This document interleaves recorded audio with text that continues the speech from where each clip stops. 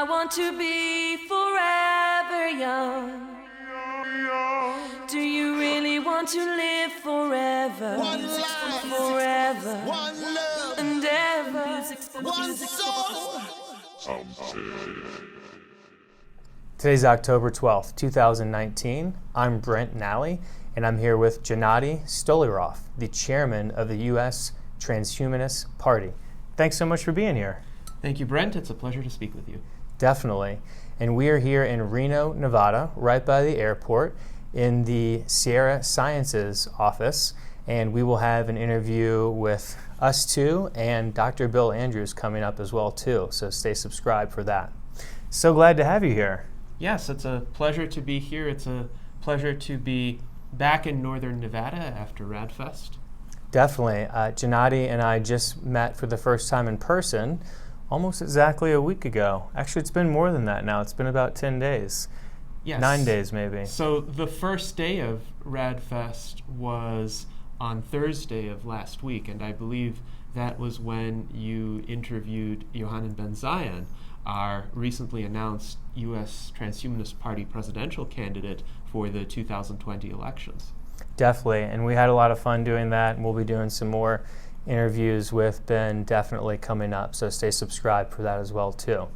So let's chat about RAADfest before we go off on other tangents and have a little fun on some other topics.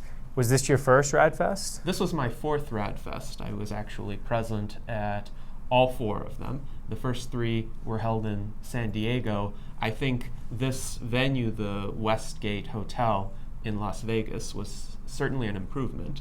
And this year, RAADfest brought an increasing number of attendees, exhibitors, scientists from various backgrounds. It was a great place to continue to build bridges within the transhumanist and life extensionist community. Definitely. It was my first RAADfest. I've wanted to go all the other previous years, but had other conflicts of interest. So it seemed like there were about 1,000 people there. That was the number I heard. Yes, that seems to be correct. And these people have come from all over the world. So some of them, of course, are based here in the United States. Some of them have come from Spain. Some of them have come from Russia. Some of them have come from India. Some of them have come from the UK. So many countries were represented, and it truly speaks to the fact that transhumanism is an international movement. It is a movement that concerns itself with the human condition worldwide and universally. Definitely. And just due to the interest of time, we might chat a little bit more about RAADfest, but I'll have a link in the description below here of a playlist I put together of people that I've interviewed at RAADfest and the daily roundup that I did. If you're interested in learning a little bit more and feeling like you're at RAADfest, then watch some of those videos I put together. I'd love to learn from you. What's your best guess of how many people were at the first RAADfest? Well, that's an interesting question. I would surmise about 700. Okay. So it's been growing. That's really exciting. Yes, it has certainly been growing. And I would say the first RAADfest was a trial run. They were still trying to figure out the hotel logistics, the event schedule, what would be a good length of session. I think during the first RAADfest, they essentially jam-packed it with the main session speeches, and as a result, those were proceeding from dawn to dusk, essentially. And the feedback from the attendees was, we need more time to breathe, converse amongst sleep, ourselves. Network. Yes, and the networking aspect of it is crucial. The network aspect of it, to me, is the tippity top. That's the reason I went. That's what I got the most out of it. You can purchase the speeches, the presentations, which were phenomenal. You can purchase those online for, I believe it was $195 is what they said. $175 for folks who attended RAADfest. So you can buy that online. The main reason you go there is the network, right? Yes, indeed. And my speech, of course, has been released for free. The official recording will hopefully be released for free soon within the coming weeks as well, because the US Transhumanist Party is a political organization. We're trying to draw as many people in as possible, and that means we want to give our content the widest exposure possible. Perfect. And I did see your speech. It was very uplifting, and I will watch it again on the internet when I have time. So how did you pull off getting that speech for free with RAADfest? Are you in any way involved as a official member of RAADfest, or did they just do that because of your position as the chairman of the US Transhumanist Party? I think it was largely the latter. Now, I know a lot of people who have crucial roles at RAADfest. Many people within the Coalition for Radical Life Extension I would consider to be my friends and allies. Also, I've been consulted from time to time, just informally for free, regarding my opinions about RAADfest, to kind of give input to the steering committee. And I've done that. I've had conversations with Jim Stroll, who is essentially the main organizer. And his title is he's the co-founder, correct? Yes, he's the co-founder with Bernadine, who is his, let's say, ally associate for a long time. They run the group People Unlimited, but the Coalition for Radical Life Extension is much broader than People Unlimited. It involves a large number of scientists, advocates for radical life extension from various backgrounds. So RAADfest, in my impression, is very much meant to be an ecumenical type of event. They're not prescribing one particular pathway to achieve indefinite life extension. Their philosophy is more, let's get together people who are interested in this subject, whatever their specific perspectives and leanings might be, and see what comes of it, see what synergies, what interactions, what new directions arise. That's great, and I think that's the most important mission that we have right now for our greater mission, which is, of course, radical life extension and radical health extension as well, too.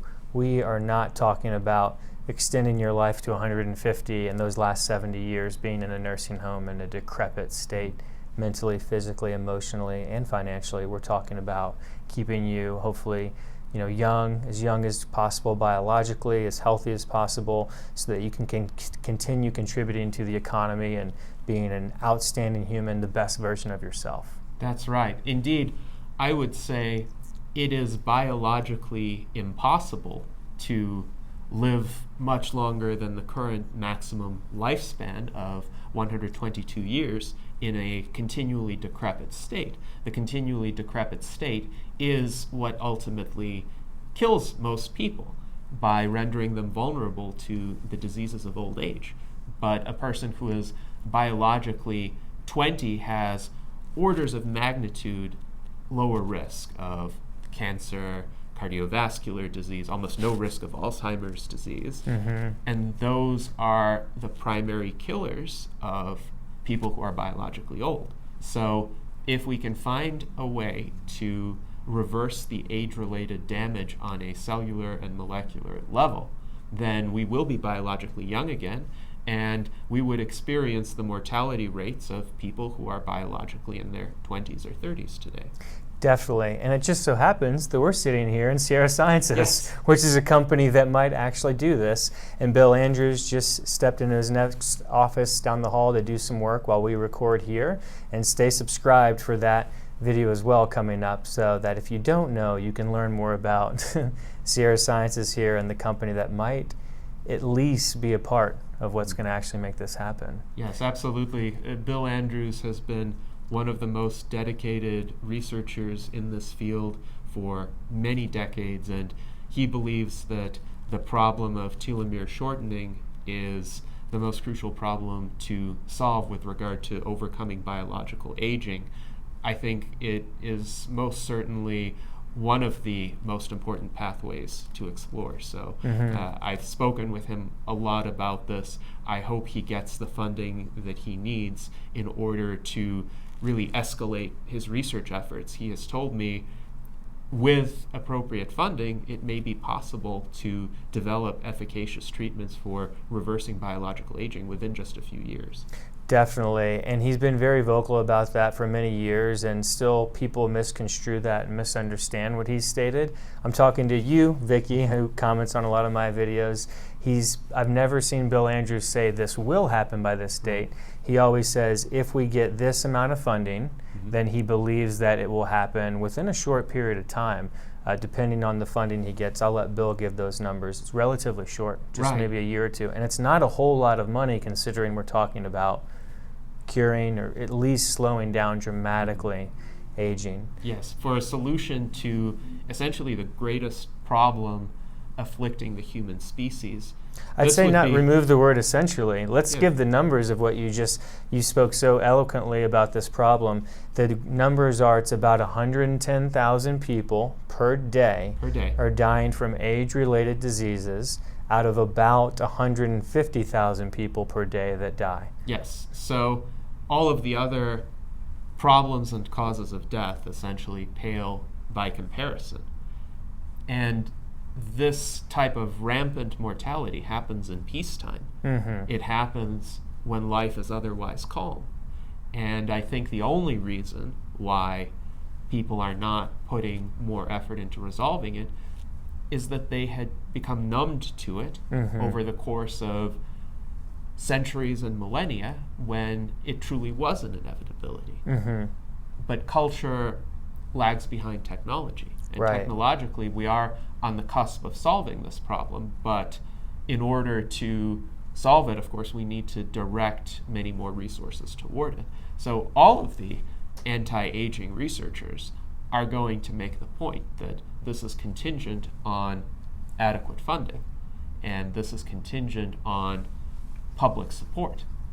The members of the general public believing that this is an important mission and engaging in activities that promote it, much as people today willingly engage in fundraising for heart disease research, cancer research, ALS research. Let's garner that same enthusiasm for the war on aging. Right. I think that you would agree that the people who are trying to focus on the heart disease, all those chronic conditions that you just mentioned and even more, they're stuck, in my opinion, in the old paradigm, whereas we're trying to get funding for aging itself as the disease because we realize that all of those other chronic conditions will just not occur if you keep yourself in a young and healthy state, or at least the probability of them occurring are dramatically lower.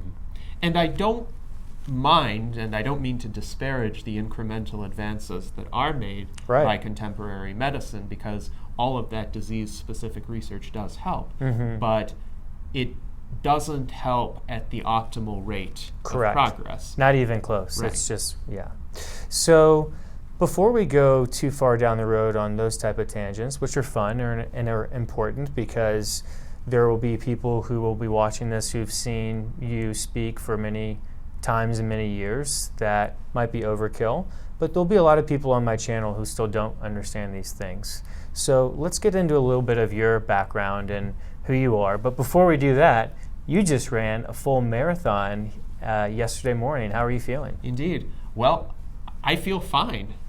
I essentially feel like my normal self. So what I ran was the Lakeside Marathon on the eastern shore of Lake Tahoe. And this is a great medal that I received after completing the marathon. The medal shows the route that the course took. We started out at South Lake Tahoe, essentially in California, but right across the border from Nevada. And most of the route followed Highway 50 north until Spooner Summit. So the first half of the marathon was a significant net uphill climb, and the entire race had about 1,743 feet of cumulative elevation gain. About 1,730. What did you say? 1,743. Well, that's what my give GPS or take a few tracker inches. told me. Yeah. But then at the halfway mark, the net descent began into Incline Village, Nevada. and that was along State Route 28. My least favorite part of the marathon was that most of the time the runners had to be adjacent to car traffic, and that's a bit too much of a risk for my preferences. Nonetheless, I was careful. I ran at a slower pace than I would have otherwise because I was quite vigilant, but I finished it in 4 hours, 44 minutes, and 52 seconds. Congratulations, that is incredible. Is that the fastest you've ever run a marathon? Well, actually, the fastest I've run a marathon was in 4 hours and 3 minutes. That was in downtown Reno, where the course was a lot flatter and there were no cars to contend with. And what date was that approximately? That was April 29th, 2018. So. Wow, you have a great memory. Thank you. Yeah, well, it must be an important date to you as well, too. I'm sure you'll crush that record eventually. Yeah, sooner or later. I hope so. There are many decades left to continue to run and to improve, even with today's level of medical advancement. I see a lot of great runners in their 60s and in their 70s. Like Dr. Bill Andrews. Yes, like Dr. Bill Andrews. He has continued to run exceptionally long distances. He is an ultra-marathon runner, so he takes part in 100-mile races, which 100 plus, yeah. Yes, I do not have the stamina for at present, but he is certainly an inspiration both to myself and to many other people. Definitely, he sure is in many different ways. That's only one aspect of his actions that are inspirational to me personally. And I have no aspirations to run 100 plus miles in, consecutive. When I say consecutive, what he means is he does sometimes sleep and eat food as he's running, but you just basically keep going. What he says is, if you get tired, you don't want to keep going when you're exhausted. You don't want to be throwing up and getting cramps. That's not good for your telomeres. That's not good for longevity, according to Bill Andrews. You want it to be fun. And he stays at a steady pace and just keeps going, and that's how he gets over 100 miles on these races. And he's doing it better than anybody his age, and once he turns 70 in a few years, then he believes that if he just stays at this pace, he'll break the world records in that age group. Yes, and I wish him all the best in achieving this. He definitely has the determination to do it, and we shall see in 3 more years. Yeah. I hope to find out that he has broken the world record for 70-year-olds. I do as well. So how did you get into running? What's your motivations for it? When did you start? Well, I started fairly early on in late middle school during the summer between 7th grade and 8th grade. And I really started training on my own because I wanted to ensure that the mile in PE class did not seem so daunting, because every time I run it before, I was completely exhausted at the end. It was not pleasant, and I wanted to get out of that kind of unpleasant situation. So I lived in an apartment complex at the time, and I essentially ran loops around the apartment complex. Each loop was about 0.8 miles, so I knew approximately what distance a mile was, and I gradually extended it each time, so 1.1 mile, 1.2 miles, until I got to 2 miles, 3 miles, 4 miles. And during the next year, I was able to get the National Fitness Award, which is given to students who perform above certain benchmarks. So my speed on the mile improved, my ability to run it comfortably improved, and also certain bullies who had been, let's say, on my case for a long time, essentially backed off. They had a certain grudging respect for me after. Because you were accomplishing difficult things. Yes. So that was how I started. I ran casually throughout high school and college. During most of my 20s, I did much of my running on the elliptical trainer.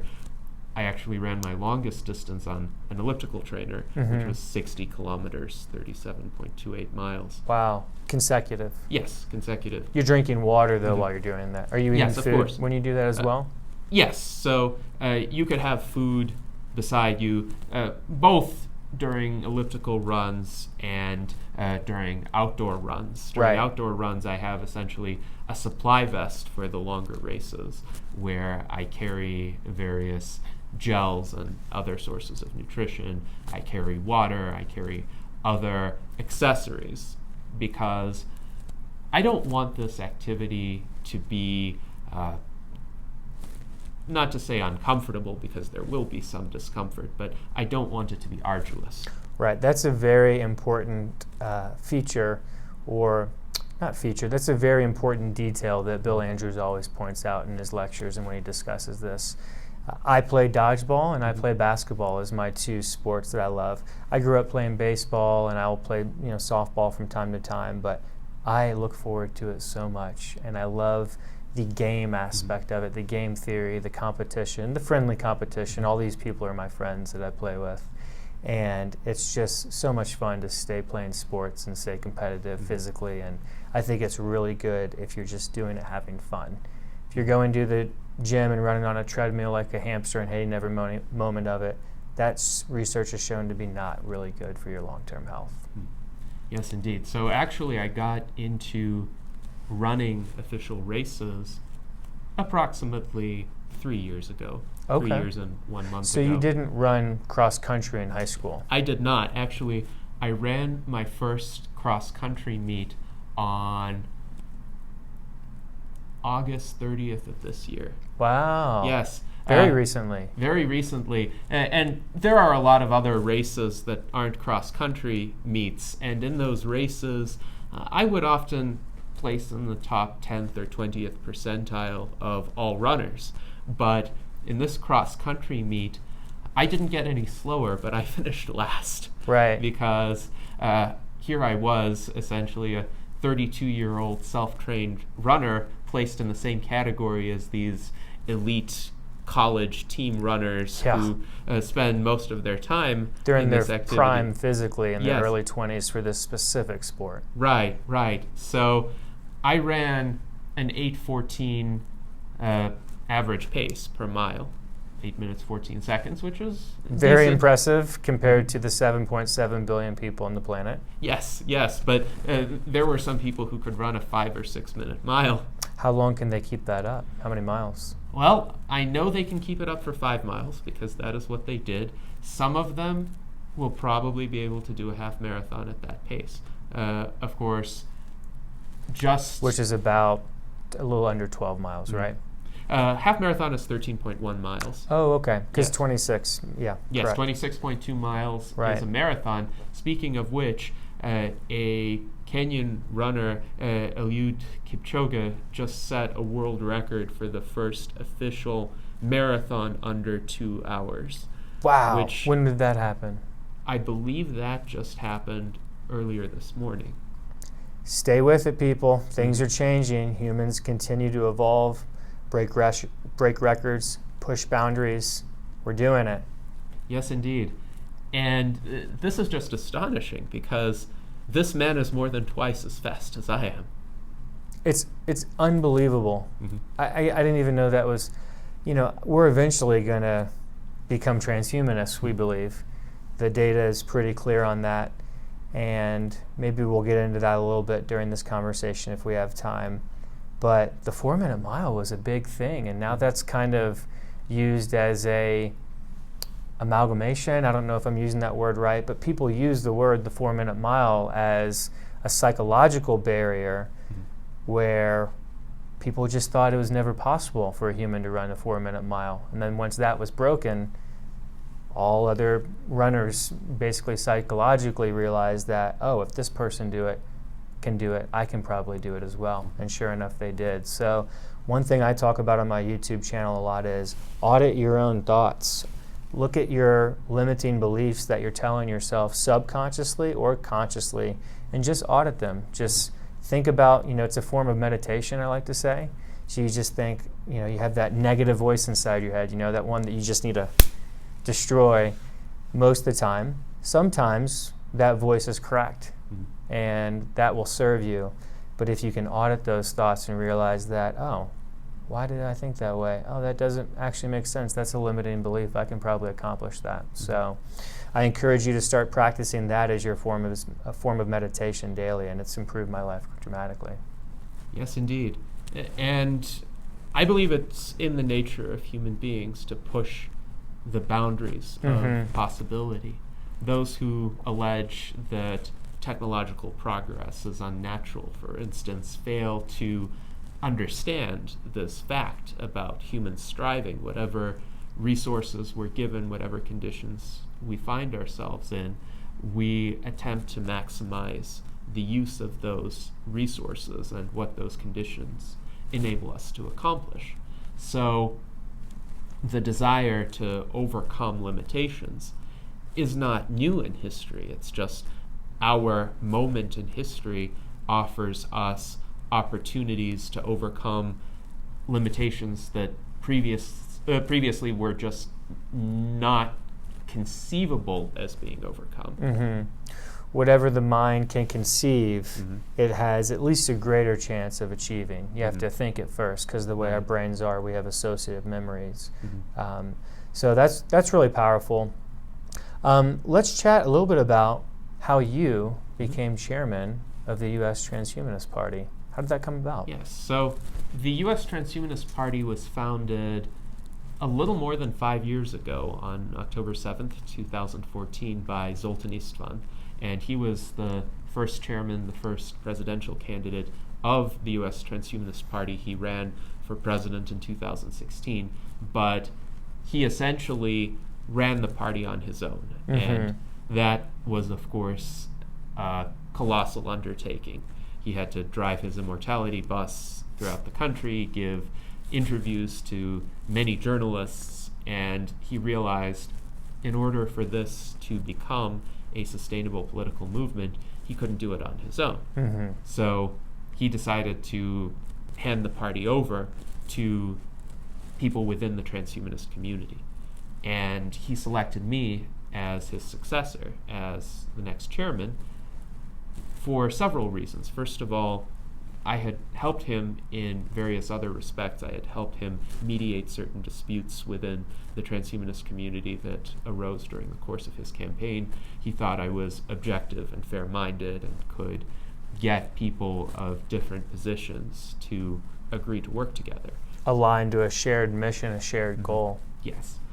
And the second reason, which he told me quite explicitly, was that he considered me to be a highly organized and logical thinker, the kind of person who could run an organization and keep track of what needed to be done. So I agree. I have a systematic mindset. I think in terms of not just ideals or goals, but the practical steps needed to get there and how to accomplish a particular goal given the limitations of resources as well as people's attitudes and inclinations. So for nearly 3 years now, I have been the chairman of the US Transhumanist Party. During Zoltan's time, we didn't have members as such, but I opened up the party to free membership. So now we have over 1,800 members in the US Transhumanist Party. I instituted voting processes to enable members to propose and decide upon the positions of the US Transhumanist Party platform, which has 82 planks now.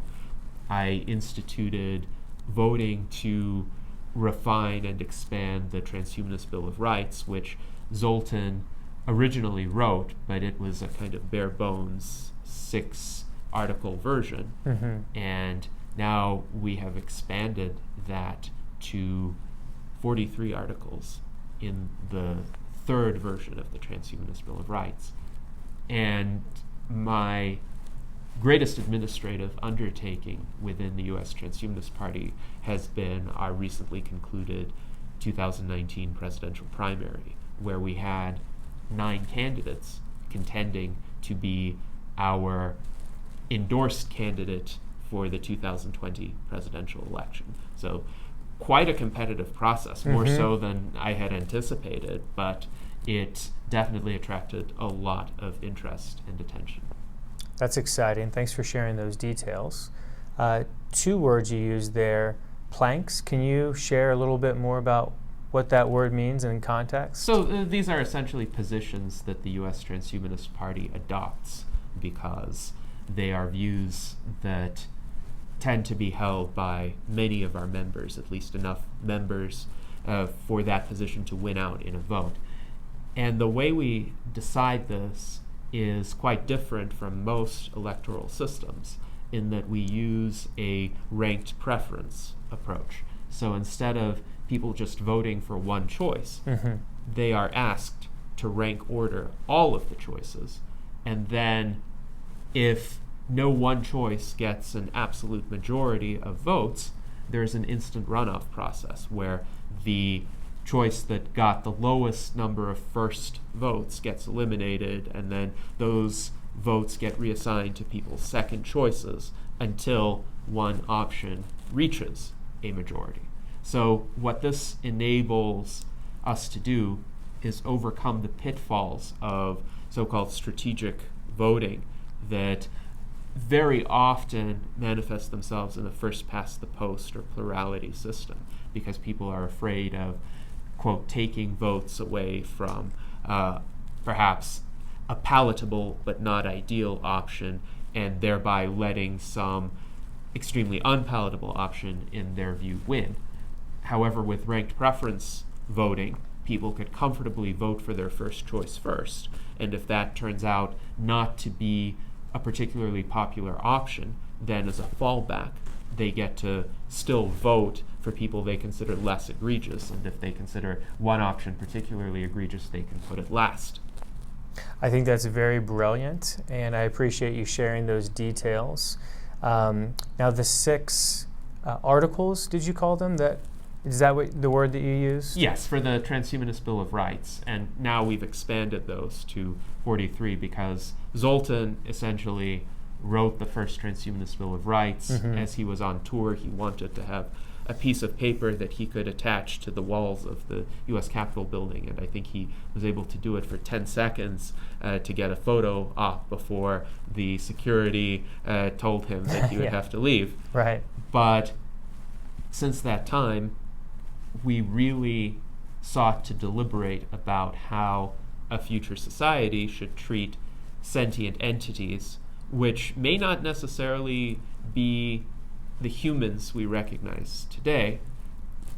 We hope there would still be humans in a future society, but some of these sentient entities could be cyborgs, humans that have been augmented through technology, or they could be uplifted animals, or they could be sentient artificial general intelligences, or if there is extraterrestrial life, we might come into contact with intelligent extraterrestrial beings. So my view, and the view of the Transhumanist Party, is we need to anticipate those possibilities before they happen, because if they happen and humans are not prepared for them, all of the civil rights problems that have existed in the past would pale by comparison. Imagine if humans still have a hard time treating people of different skin color or different religious beliefs as equal human beings. How would they react when there's another species? When there are uplifted dolphins who start building cities underwater, and there comes about an imperative to live in peace with these creatures.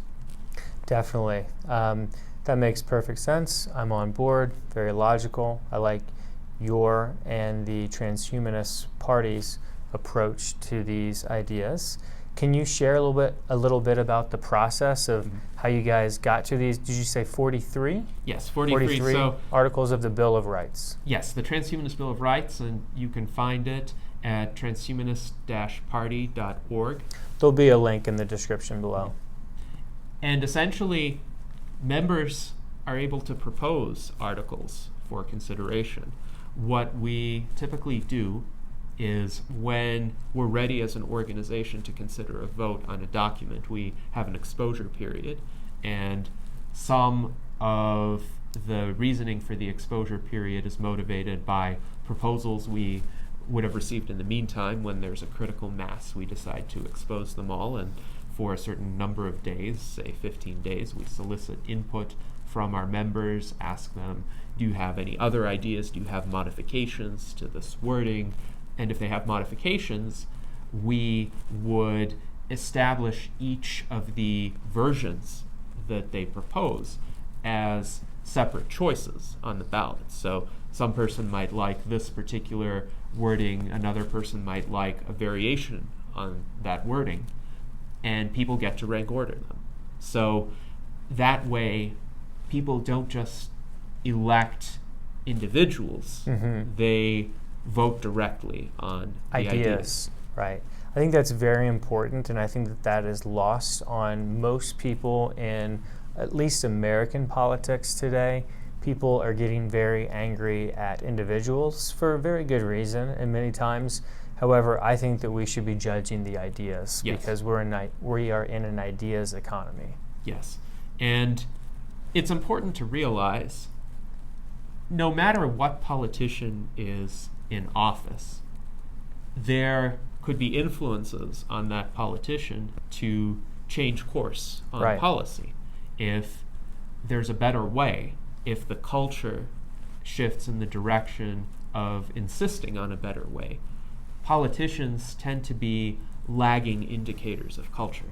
Correct. I like to say that politicians in present day national democracies are really not leaders by definition, by the definition of leaders. What they really are, as you just stated basically, is that they're followers. They're following the trends. They're looking at the data. Look at Cambridge Analytica, for example. They're trying to see what they have to do to win. The whole game is about winning the election for many of these politicians who actually become the president or the prime minister or whatever their title is of their nation state that they're running. And they got there by following, not leading. Right. And so if you think about that, that means that people have the power, not the officials running things. The officials running things do have power, but the majority of the power lies in the people of the planet, and that's something that's not fully understood by most people. People have the power if they realize that they have the power, right, and if they participate in the process and make their voices heard. For instance, at the local level, there are many meetings of decision-making bodies like city councils or boards of trustees, which are fairly sparsely attended. So if you attend those meetings and you express your views, hopefully in a manner that's civil and persuasive, then the officials will see that there's a constituency for those views, and they may make an effort to accommodate them. Now, for the Transhumanist Party, one luxury that we have is we are not obsessed about winning office, especially, say, the presidency, for which there is an extremely high barrier right now, and that's unfortunate. But we realize that there are many other ways to achieve our objectives besides winning an election. Simply spreading our ideas, reaching new demographics, sparking conversations, influencing policy. Those are all actions we can take and impacts we can have. I completely agree, and you may or may not know this or remember this, but within the last few days, I became a member of the US Transhumanist Party. I saw your signature. Yes, indeed. Yeah, and I want to share why I did that. I really liked, if you go to the link below, as we mentioned, for the US Transhumanist Party, and you just read what you have to read to agree to become a member, I thought it was very reasonable, and the language was chosen very carefully and very strategically.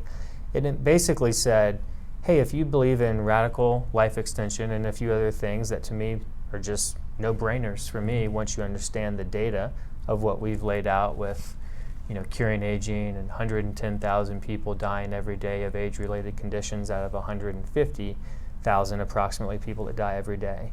Then these are very easy ideas to get behind and to organize with. So I certainly want to learn more about other policies and beliefs within the US Transhumanist Party.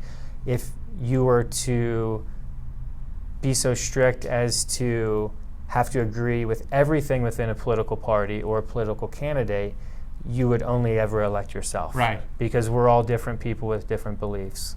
But I really like the way that the US Transhumanist Party is moving right now. So that's why I became a member. Yes, indeed. Thank you. And what you mentioned are the three core ideals of the US Transhumanist Party. So the first core ideal is support for significant life extension achieved through the progress of science and technology. The second core ideal is support for a societal, cultural, and political atmosphere informed and animated by reason, science, and secular values. And the third core ideal is the use of technology and rationality in order to mitigate and hopefully eliminate the existential risks facing our species. And you're correct, those core ideals were formulated to be as inclusive as possible, to get people to consider that perhaps they may be transhumanists and just not know it yet, but the values that we champion are very much universal human values. They seek to provide universal benefits to all of the members of the human species and other sentient beings we might come across in the future. Or maybe already have and we just don't know about it, right? That is for another conversation, I think, though. We'll stay focused. So, in the interest of time, I think that we've shared quite a lot about the Transhumanist Party and the beliefs and the political election. Let's talk a little bit about your role as chairman and moving forward. Mm-hmm. Is there an electoral process set up for that? Because let me actually, just before you answer that, I love what you're doing, and you're working tirelessly. Thank and you. At this point in time, it's a thankless job. I don't think you're getting paid any money or much money. No right? money at all. Is in fact, we're a non-monetary organization by design. We run based on volunteers. Right. So I don't know if there's anybody who would even want to take the position from you at this point, because you are doing such a great job from what I've seen and so devoted. But things can change over time. So I'm sure you've thought about this. I'll leave it open to you. What is your hopes for how this can transition over the next few, we'll call it years. Months is too short in time. It would be over the next few years. My hope is once the US Transhumanist Party reaches 10,000 members. And we're at 1,800 right now, Yes. as you mentioned. Okay. Yes. Once we reach 10,000 members, I think that would provide us a sufficient population to draw talent from for every position that we might hope to fill. But it would no longer be the case that one person would be absolutely indispensable in any position. And it does seem to me that this is still the case now, because in an all-volunteer organization, people contribute what they can, they may have limited time, and there may not be enough of them to carry out the necessary work. So when it's necessary to fill in the gaps, that is essentially what I do. Right. And you do the dirty work and you wear many hats. You get things done, basically. Right. Whatever needs to be done, you'll do it. Yes. Or you'll do your best to accomplish that goal. Yes. I'll either do it or find someone who can, Right. but establish that connection. Be very good at delegating, and the best way you can delegate is to know and understand your members and their skill sets better. Right. So I want to be confident that by the time I call an election for chairman, there will be other people who can fulfill all of those roles. And no matter who wins that election, I would be comfortable in handing the leadership role to that individual. And the reason I like everything that you're saying and the Transhumanist Party's core beliefs and strategy is because once I got bit by the Bitcoin bug a few years ago and started seeing things as centralized or decentralized, looking at everything in the world, not just in politics, not just in human behavior, but also in biological behavior of other organisms, animals, bugs, packs of animals and things like that, history, historical facts, you'll see that there are positives and negatives for decentralized behaviors, organizations, and centralized. And there can also be very great benefits for centralization within one organization, like the US Transhumanist Party in some aspects, but also decentralized in other aspects. So being very nimble and strategic and living in 2019 rather than the past is a huge advantage. And before I finish on that, I do some book reviews on my YouTube channel. I want to do a book review of a phenomenal book that was written in 2008, co-authored, called The Starfish and the Spider. And it's all about how starfish are more decentralized, because if you cut off one of the five, they're not called arms, whatever they are, limbs of a starfish, all starfish will grow back the limb, all species of starfish. But some of the species of starfish will actually, that limb that was cut off, turn into a whole new starfish. And they had that problem, I believe it was in the late 90s, in the Barrier Reef in Australia. They were trying to kill starfish because they were overpopulated, and they were a nuisance, at least perceived to be by the Australian government and citizens. So they cut off some limbs, and those were the species that turned into other starfish, so they just created more of them. And then there's all sorts of brilliant ideas in that book, written before Bitcoin, which was, white paper went live October 31st, 2008. The network went live, the Bitcoin network went live January 3rd, 2009. But a spider, you cut off the head of a spider, it's dead. So it's centralized in that sense. So there's historical facts of the benefits of decentralization, centralization. So I've been on a little rant here. It's almost over. The point is that I look at the world in this way now. I can't help it. This is the way I view things. And I really like the way that the Transhumanist Party is thinking about this. And it shouldn't be too shocking, because science and technology is a core belief and driving force of the US Transhumanist Party. Yes, indeed. Thank you. And to your point, we do try to decentralize as many aspects as feasible. As an example of this, we recently had a call for our members to develop symbols for transhumanism in general, not just one organization, but the concept of transhumanism as a whole, because we actually had a dearth of those kinds of symbols over the preceding decades. And the symbol that has previously most commonly been used to represent transhumanism is H+, but H+ also stands for Humanity Plus, which is a specific organization, so that creates some confusion. But I essentially asked our members, please come up with your own symbols and share them. The condition is they have to be released into the public domain, or at least made available as Creative Commons images, so that no one may assert a proprietary right over them or exclude others from using them. And because of that impetus, I had about 30 submissions within a week. And some of them are quite excellent, but I think we no longer need to really search around for transhumanist symbols.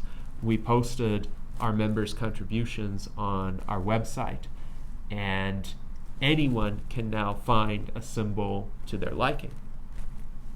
Beautiful. So due to the interest of time, because we have Bill in the other room, he might be wondering right now, hey, when are they going to finish up to do the interview? He's probably not. He's probably just working on other things, but maybe he is. We want to be respectful. I would love to chat about a couple more things before we finish up, and we'll do this again because this has been a lot of fun. So one thing I want to bring up is when you were talking earlier, I didn't want to cut you off, but a lot of people don't realize that right now in 2019, Sofia, the AI robot that Ben Goertzel created, essentially, who I met finally in person at the RAADfest last day, and he's agreed to come on my YouTube channel for an interview, so say subscribe for that. Sofia recently got citizenship in Saudi Arabia. That's right. That is pretty incredible on many different levels. So if the viewers are thinking that some of these things that the Transhumanist Party is talking about is way off in the future, sometimes the future is now. And it's just so hard to keep up with all the information of how technology is dramatically changing how we organize as human beings on this planet. So I want to give you an opportunity to share any other thoughts about that. Yes, indeed. So this honorary citizenship for Sofia in Saudi Arabia happened in 2017. And what is interesting is Saudi Arabia is not known for a great human rights record. Some of the women, Right. all of the women in Saudi Arabia just got certain rights. I believe it was last year, 2018, they just got the right to drive. Right. So I'm curious if the two are connected in that the presence of this robot, who is not sentient yet, but who is certainly intriguing and human-like in many gestures, got the ruling elite of Saudi Arabia thinking, perhaps we should reconsider this women's rights issue. At the very least, this female robot was able to achieve a kind of unprecedented recognition from the government of Saudi Arabia, which may have spillover benefits in terms of the rights of Saudi Arabia's female citizens. It's a fascinating world. Truth is sometimes stranger than fiction. I enjoy science fiction. Blockbuster movies sometimes are fun. Big fan of the Avengers and other things like that. But most of the time, truth is just stranger than fiction. It is. And if you just pay attention, this audience viewing right now is probably, I'm preaching to the choir probably to this audience.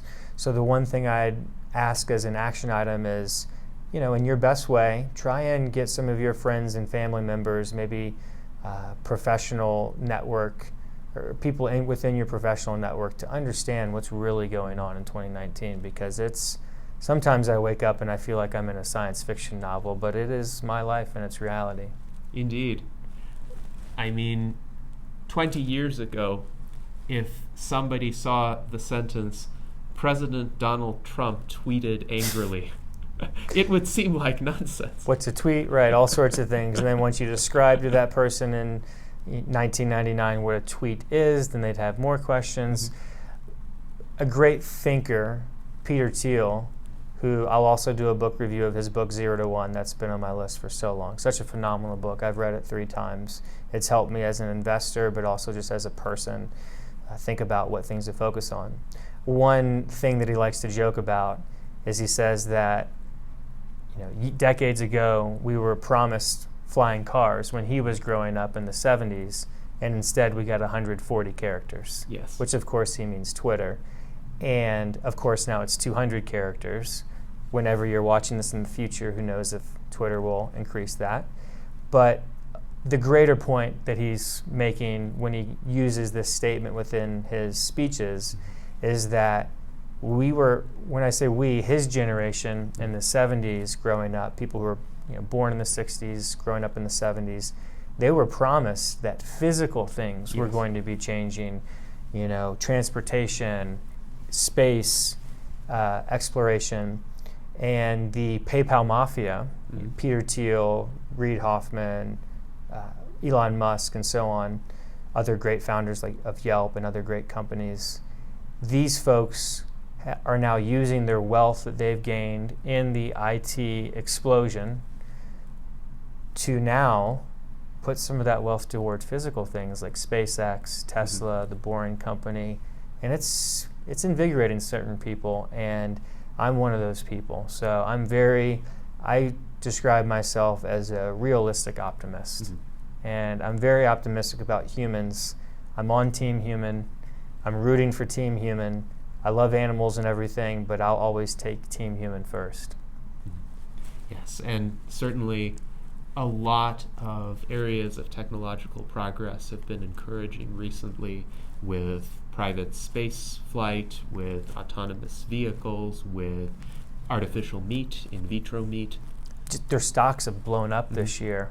I didn't get in on them, unfortunately. I thought about it, but I've made a lot of money in stocks and also lost some by getting in at the very end of a new trend. I got in pretty early in 2011 into 3D Systems, a 3D printing company. That stock exploded about 200% in 2011-12, and I was fortunate enough to get out and buy a home with some of those profits. But I viewed that I kind of got in towards the end, or excuse me, with the meat, the fake meat companies. I was viewing it as kind of towards the end, and I'm really glad I didn't buy because they kind of tumbled back down a little bit. But that's the stock market. That's something completely different. The actual technology is incredible. It is growing like crazy, and it's going to continue to grow, in my opinion. Yes. As Ray Kurzweil, who spoke remotely at RAADfest, but whom I interviewed in person at the 2018 RAADfest, likes to point out, the underlying technology continues to grow steadily, even as the stock market fluctuates. Right. The stock market is based on expectations, and there are periods of hype and there are periods of pessimism. But in the meantime, behind the scenes, the engineers, the technologists are continuing to work to expand the possibilities. Definitely. And Ray Kurzweil is an incredible human being. I went to his Transcendent Man documentary film premiere at the San Jose Tech Museum with my girlfriend at the time, now wife, Lauren Nally, in February 2011. And I got the opportunity with my old iPhone 4, my iPhone 4 at the time, for my wife to hold it up and get a little ambush interview of him. My camera literally died in the middle of it because the battery was so low from recording some of the other exciting things at the documentary premiere. But I've got to meet him a few other times. I've been a big fan of his since I read his book, The Singularity is Near. And he has a book coming out soon called The Singularity is Nearer, which I'm very excited to read when that comes out. Yes, it would be interesting to see his updated assessment. From what I understand, his view is the technological capabilities that he anticipated are here, but consumer adoption has been slower than he envisioned. Right, and those are two completely separate things, kind of similar to the stock market and the actual capabilities of the technology as well. Right, so the Transhumanist Party actually seeks to achieve a world where it's easier for people to adopt these emerging technologies. And I do as well. So I want to give you an opportunity to share any final thoughts that you might have, and then we'll go grab Bill and we'll have some more fun recording. So yeah, for now. Absolutely. So I would encourage everyone watching this interview, if you liked what you heard, go to transhumanist-party.org and you will see a link for free membership. Please sign up for membership in the US Transhumanist Party. Whatever your skill set, whatever your particular perspective on the future, as long as you agree with our core ideals, you are welcome to join as a member and think about what you can do to help make this movement a reality. We need people of a broad array of talents because we do have some fundamental work ahead of us to transform our contemporary society into the next transhuman era of our civilization. So all of you here are welcome to take part in this great endeavor. And one more thing, Gennady and I are now friends on Facebook, and what other social media are you on? Because I'm going to have it linked in the description below. Yes, so I do have a Twitter account. The Transhumanist Party has a Twitter account as well. I have a LinkedIn page, but I understand LinkedIn is mostly for professional networking. I have a YouTube channel that is reasonably well watched. It has, I think, over 570,000 cumulative views now, and The channel is called G. Stolyarov II. We'll have all those links in the description below. And my last job was working at LinkedIn for almost 3 years. And I want to encourage you and the Transhumanist Party to get more active on LinkedIn, because if we want to be taken more seriously as a professional organization, then I think it makes sense to be active on a professional network like LinkedIn. Right. And we do have a LinkedIn page and a LinkedIn group. They're still fairly sparsely populated at this stage, but we could definitely build them out. Also, I have an online magazine called The Rational Argumentator. That's rationalargumentator.com, which I have owned and edited since 2002. So now it's actually one of the oldest extant publications on the internet. Interesting.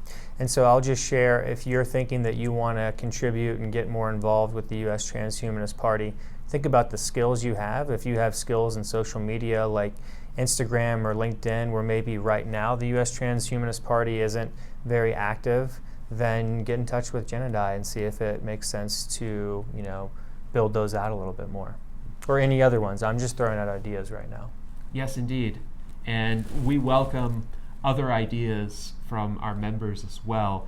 Any type of outreach that you think could expose our platform, our ideas to new demographics, I would very much like to hear about it. Sometimes we are kind of trapped in social media bubbles of our own making, and we reach certain people, but others may be using entirely different media of communication.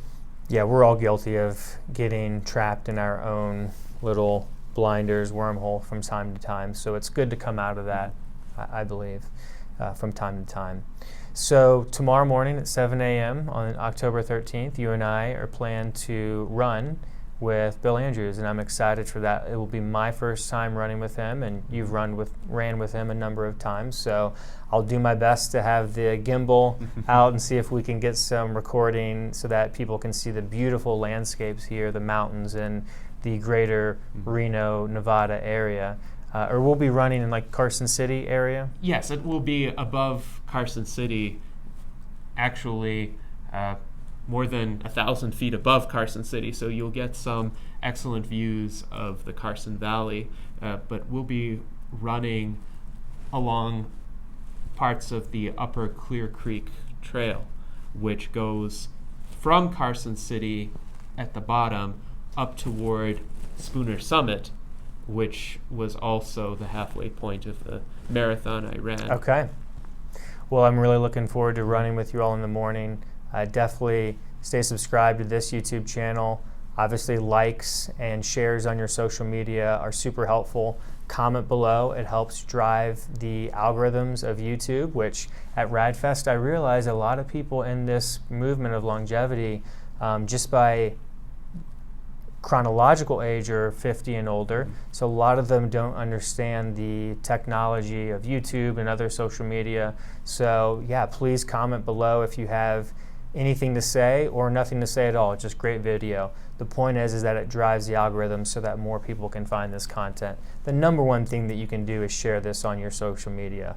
But after that, it's comments and then likes. So we really appreciate you taking the time to watch us and listen to this conversation, and stay subscribed for our footage of us running, and I hope I can keep up with you and Bill. Yes, indeed. Any other final thoughts? Well, I would like to thank your audience, Brent, for listening to our discussion. Hopefully they learned something new about transhumanism and the US Transhumanist Party. Hopefully they will get involved, and thank you very much for this interview. Definitely, it's been a lot of fun. We'll see you next time. Yes, indeed.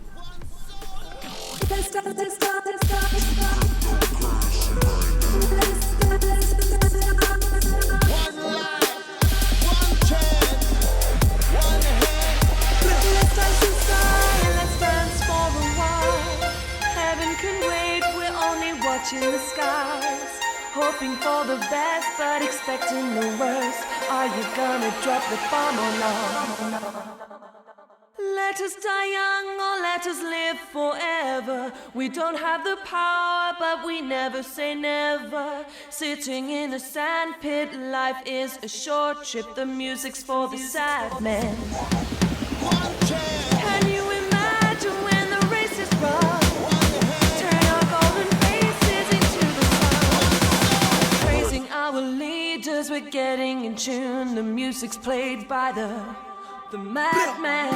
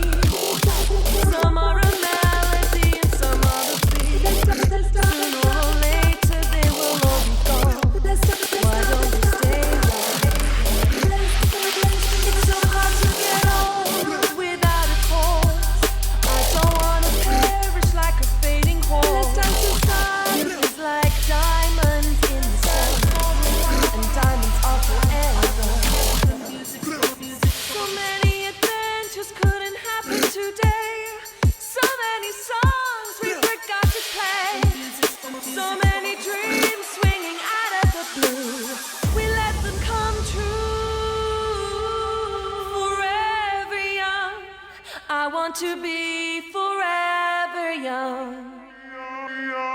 Do you really want to live forever? One life. Forever. One love. And ever. One soul.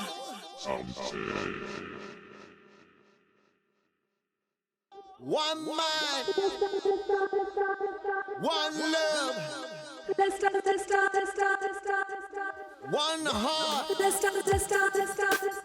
One